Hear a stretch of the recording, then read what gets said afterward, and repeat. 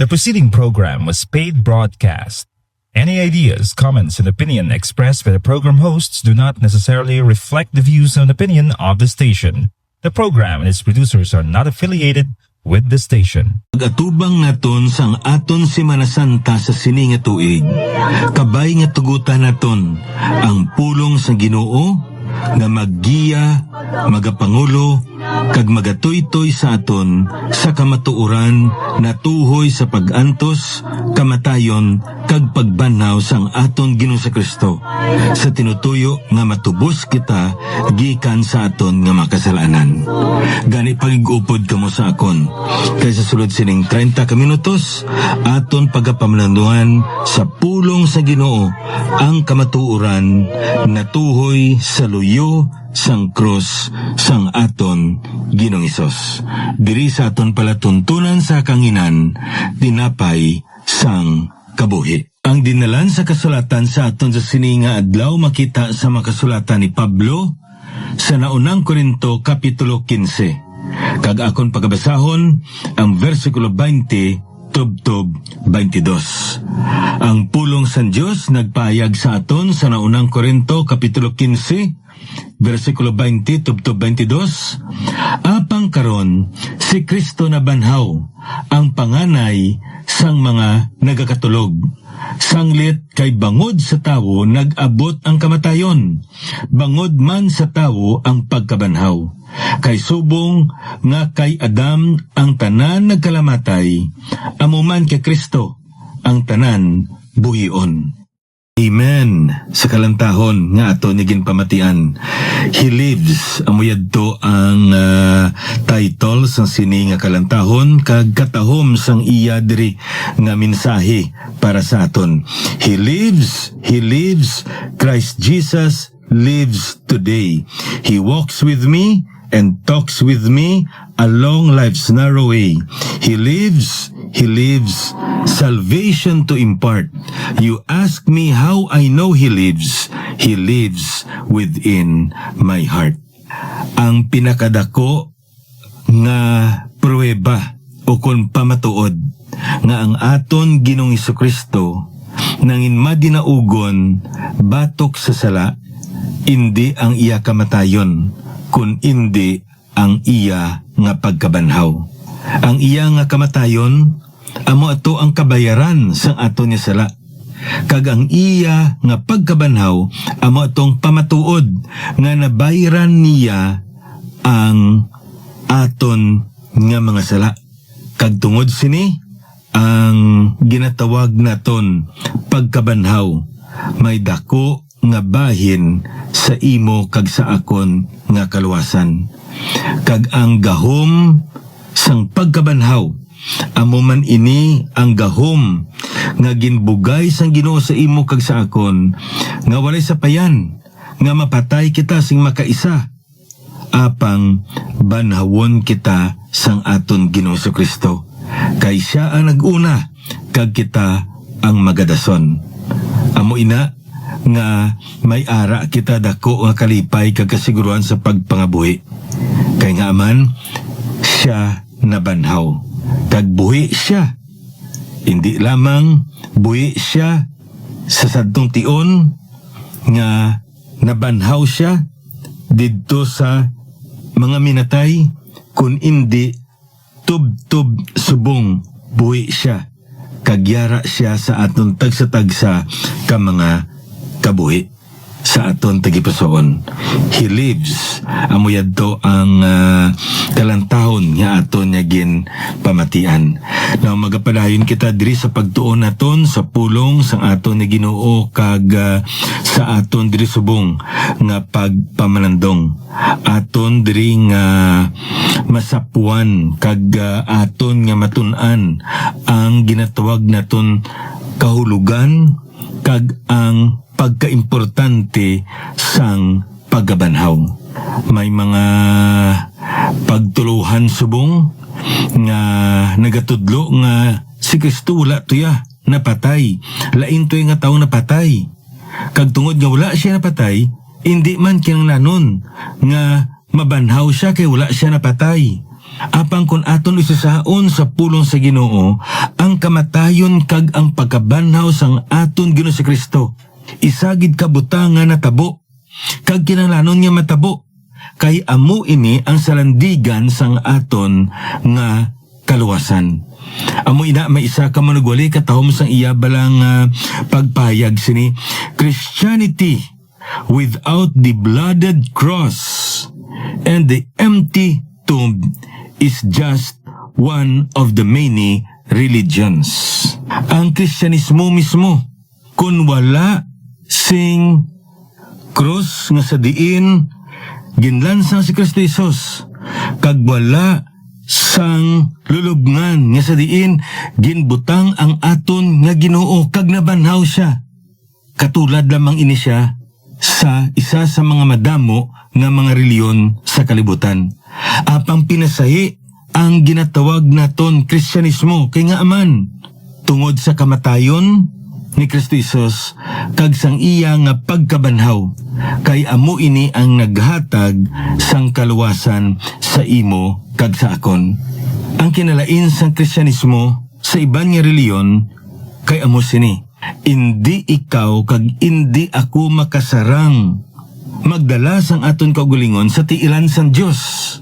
Ang iba niya nga reliyon, kabuhi ka pareho sa kabuhi ni Kristo Jesus. Himuon mong amo sini, himuon mong amo sina. Ihalad mong imo nga kaugalingon, palukpon mong imo kaugalingon. Magpakig-away ka, kag kung mapatay ka sa patag-awayan, mapalangit ka. Hindi iya sa pagpaningwa sang tawo, nga ang tawo maluwas, kun indi paagi sa nahimpit nga bulhaton sang aton Ginoo Kristo didto sa Kalbaryo. Amo ining kamatuoran diri nga makita naton. So nga ang importante gid ang pagkabanhaw. Sa ginambal naton, amo ining katumanan sang aton gali nga kaluwasan. Diri nasiliwan ang aton nga kaluwasan. Pero labaw pagidra, kung lantaw naton sa pulong sa Ginoo, ang ginatawag naton pagkabanhaw sang aton Ginoo si Kristo. The resurrection of our Lord Jesus is a validation of His deity. Pagpamatuod ini, nga hindi siya tao lang, kundi Diyos gid siya nga nagpakatawo. Kaya nga man, paagi sa iya nga gahom, siya mismo, hindi lamang ang amay, kundi siya mismo ang nagbanhaw sang iya nga kaugalingon. Kag diri naton makita nga isa ini siya sa mga palatandaan nga gingamit sang aton nga Ginoo. Diri sa Mateo kapitulo 16, versikulo 1 tubtob 4. Kag nagpalapit ang mga Farisiyo kag ang mga Sadusiyo sa pagtilaw sa iya, nagpangayo nga pakitaan sila sing tanda gikan sa langit. Nagsabat siya sa ila sa kapunanon, nagasiling kamo, magalinong kay ang langit mapula. Kag sa aga, karon magabagyo kay ang langit mapula kag maguom. Makahibalo kamo, maghangop sang dagway sang langit, apang indi kamo makangop sang mga tanda sang mga tion. Kag amo ini ang ginsaysay sang aton diri Ginoo. Isa ka kaliwatan nga malaot kag makilahion. Nagapangita sing tanda, apang walay tanda nga ihatag sa iya kundi ang tanda ni Jonas. Gani gin bayaan niya sila kag nagtaliwan. Ano ini ang ginatog naton diri? Signs of Jonah. Nga ginambal diri sa Biblia sa aton. Amo ini ang kamatayon kag ang pagkabanhaw sang aton nga Ginoo. Kag ang pagkabanhaw gapahayag ina nga Dios siya, kay makasarang siya magdaog sa gahom sang sala. Ikaduha diri nga butang nga makita naton na tuhoy sa gintog naton pagkabanhaw. The resurrection of the Lord Jesus is a validation of the Old Testament prophecies. Anong butsilingon sini? Mga 600 katuig ang nagligad, gintagna ang aton Ginoong Kristo. Kag hindi lamang amo sana, gintagna man ang iya nga kamatayon, kag gintagna man ang iya nga pagkabanhaw. Ilabi na gid sa mga tagna ni Isaias, sa Isaias Kapitulo 53. Kag dra naton makita kag masapuan nga ang ina nga mga tagna ginpahayag kag ang Ginoo nagimpit sa sina nga mga tagna. Maisa diri ka dinalan sa kasulatan nga makita naton sa Binuhatan Kapitulo 17, versikulo 2 kag 3. Karon sang nalatas nila ang Amphipolis kag Apolonia, nag-abot sila sa Tesalonica, diin may sinaguga ang mga Hudiyo. Kag si Pablo suno sa iya kinabatasan, nagsulod kag sa 3 ka adlaw nga inugpaway, nagpakigbai sa ilagikan sa mga kasulatan nga nagasaysay kag nagapahayag nga kinanglan si Kristo magantos kag mabanhaw, kag nga nagasiling ining Jesus nga ginabantala ako sa inyo amo ang Kristo. So mismo ang pulong sang Dios ang nagtagna sang pagantos kag kamatayon sang aton Ginoong Kristo. Kag hindi lamang amo sana ang iya gid nga pagkabanhaw. So kinanglanon gid nga mabanhaw ang aton nga Ginoo. Sa ano nga rason? Hindi lamang nga ipakita niya ang iya nga pagka-Dios nga nangin madinaugon siya batok sa sala, sa kamatayon kag sa impyerno, kun hindi agud ipahayag niya nga ang iya pulong mismo matuod kay natuman ini. Ikatatlo diri, the resurrection of our Lord Jesus is a validation of our faith. Ano diri ang aton nga pagtuo? Kung aton isisaon sa pulong sa Ginoo, dra sa 1 Kapitulo 11, versikulo 25, nagpamulong siya. Ako ang pagkabanhaw kag ang kabuhi. Ang nagatuo sa akon, bisan mapatay siya, apang magakabuhi. Kag ang bisan sino nga nagakabuhi, kag nagatuo sa akon, hindi nagid mapatay. Ang ini ang kamatuuran nga makita naton sa pulong sa Ginoo, amo ini ang ginsandigan sang aton nga pagtuo. Nga ginkilala niya, nga siya amo ang kabuhi kag subong man ang pagkabanhaw. Kag sa aton nga pagsalig sa iya, napatay siya. Apang wala siya nagpabilin niya patay, kun hindi nabanhaw siya. Kag ang realidad sang aton nga pagtuo, napasad ini sa pagkabanhaw sang aton Ginoong Kristo. Kay kun walay pagkabanhaw, wala sing pulos, kag wala sing kahulugan ang imo kag ang akon nga pagtuo. Christian faith is futile, and at the same time, believers are still in their sins without resurrection.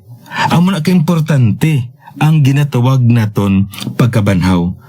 Ang ika-4 diri nga masapuan naton sa pulong sa Ginoo natuhoy sa ginatawag naton nga pagkabanhaw, diri naton makita the resurrection of our Lord Jesus is a validation of our hope. Ano ang aton nga pagtuo?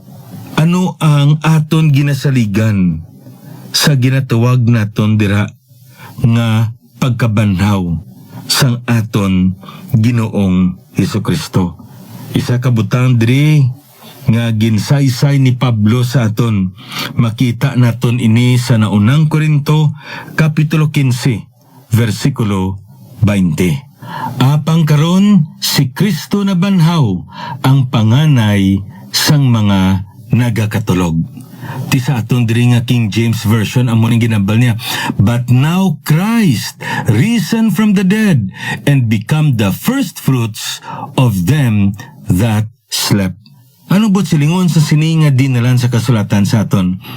Maintindihan naton inibla ang first fruit kun aton nga nahangpan man ang isa sa mga madamo nga mga ginatawag naton kapistahan sang mga Hudiyo. Pagkatapos nila sang ila selebrasyon, sang ila nga ginatawag naton Passover feast, maisip sila 3 ka adlaw. Kag inang 3 ka adlaw, magaselebrar sila sang ginatawag naton dira nga Feast of the First Fruits.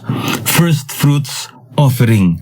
Amo ini ang tion nga ang mga katawan sa Israel magakuha sila sang bahin sang pinakamaayo nga bahin sang ila dra nga patubas. Ila binigid ining ila nga mga uyas. Kag pagkatapos ini dalon nila ini ang isa ka pungpong nga uyas sa ila nga templo. Kag ang ini nga uyas ihalad nila bilang ila first fruits offering. Kag ang saserdote kuhaon niya ini kag iya ini nga ipahayag sa atubangan sang Ginoo. Ini nga first fruits offering ginahimo nila ini sa 2 ka tinutuyo. Sa paghatag nila sa sina nga dulot nila halad sa Ginoo, ginakilala nila nga ang Ginoo amo ang gingikanan sang ila tanan-tanan. Ila binigid sang ila nga patubas. Ikaduha, ginakilala nila nga ang Ginoo ang magpabugana sa ila. Subong isa ini kapungpong apang pabuganaon ini sang Dios nga tam-an kadamo nga hindi sila magkakinahanglan. Amo ni ang buot silingon sang ginatog naton first fruit offering. Kag magaisip sila halin sa Passover 50 ka adlaw. Kag magahiwat sila sang ginatog naton Feast of the Pentecost. Ano yung Feast of the Pentecost? Amo ina ang tion nga mag-ani sila sa tong ila nga ginhalad. Isa ka mabugana nga klase sang pag-ani. Sa first fruit, tamaan na kagamay. Kag diri sa Pentecost, tamaan kadako ang ila nga ginani na. Now, ang ini nga first fruits offering, nagapahayag ini nga gamay subong apang sa madason tamaan na kadamo ang aton nga ani. Gamay sa first fruit apang taman kadako sa Pentecost. Kag amo man ining kamaturan diri nga makita naton sang sina mismo nga tion sa paghalad sang aton Ginoo sang iya kabuhi napatay siya kag nabanhaw siya. Isa lamang siya ang nabanhaw. Atong mga napatay sa nagligad, ang mga napatay sa daan nga katipan nga ginbanhaw, nagkalamatay to sila. Ang mga napatay sa bagong katipan nga nabanhaw katulad sa kay Lazaro, napatay naman siya. Apa si Kristo Isus sa lain, napatay siya, nabanhaw, kag nagpadayon siya. Lain ang pagkabanhaw ni Kristo Isus, kag isa lang siya, kag wala na sa iban nga pagkabanhaw nga katulad sa iya. Apang sa pila ka adlaw sa Pentecost, ikaw kag ako pagabanhawon man. Amo nang bot silingon sina. Kag madamo nga mga tumuluo, tanan-tanan ni tumuluo, mabanhaw kag magpakig-upod sa iya. Ina sa tion sang ginatawag naton pag-submit rapture. Amo ning katahom gali. Kay amo ini ang pagtuo naton nga kinanglanon naton ang pagkabanhaw. Kay ginhalitan kita sang sala. Kag ang ginatawag naton diri paghalit sa sala sa aton tub-tub sa kamatayon lang. Kay mapatay kita si makaisa, physical death. But we will never suffer spiritual and eternal death. Why?